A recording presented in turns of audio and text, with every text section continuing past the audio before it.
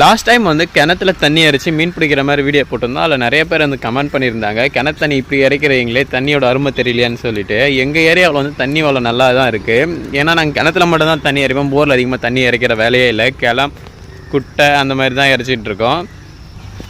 ஃபுல்லாக இறைச்சிட்டுட்டாங்கன்னா ஒரு 2-3 நாள் தண்ணி வந்து ஊற்று சுரந்துடும். அதுக்கப்புறம் தான் நாங்கள் தண்ணி இறைப்போம். போரில் இறைக்கிற மாதிரி அப்படியே 24 hours நாங்கள் இறைக்கிறது இல்லை. அதனால தான் எங்கள் தண்ணி நல்லா இருக்குது. அப்படியே டேரெக்டாக அந்த தண்ணி குடிக்கலாம், அந்த அளவுக்கு சுவையாக இருக்கும். சரி, அந்த கிணத்தை வந்து எந்த அளவுக்கு தண்ணி சுரந்துருக்குன்னு சொல்லி காட்டுறேன் பாருங்கள். எங்கள் கிணத்துல மொத்தம் வந்து 10 படிக்கட்டுக்கு மேலே இருக்குது. நம்ம வந்து லாஸ்ட்டாக வந்து வீடியோ போடும்போது கடைசி வரைக்கும் டெத் வரைக்கும் தண்ணி இருந்தது. கிட்டத்தட்ட 1 2 3 4 5 5வது படிக்கட்டுக்கிட்ட தண்ணி வந்துடுச்சு. தண்ணி பார்த்திங்கன்னா வந்து யாரும் இறைக்கலாம் இல்லை, அதுவே தானாக வந்து சுரந்த தண்ணி. இதில் வந்து இன்னும் மீன் இருக்குது. இன்னொரு டைம் வந்து தண்ணி இறைச்சனா இதில் வந்து மீனை பிடிப்போம் கண்டிப்பாக. இதில் வந்து எல்லாருமே வந்து குளிக்கிறதுக்கு எல்லாருமே வருவாங்க. இது ஒரு நல்ல வந்து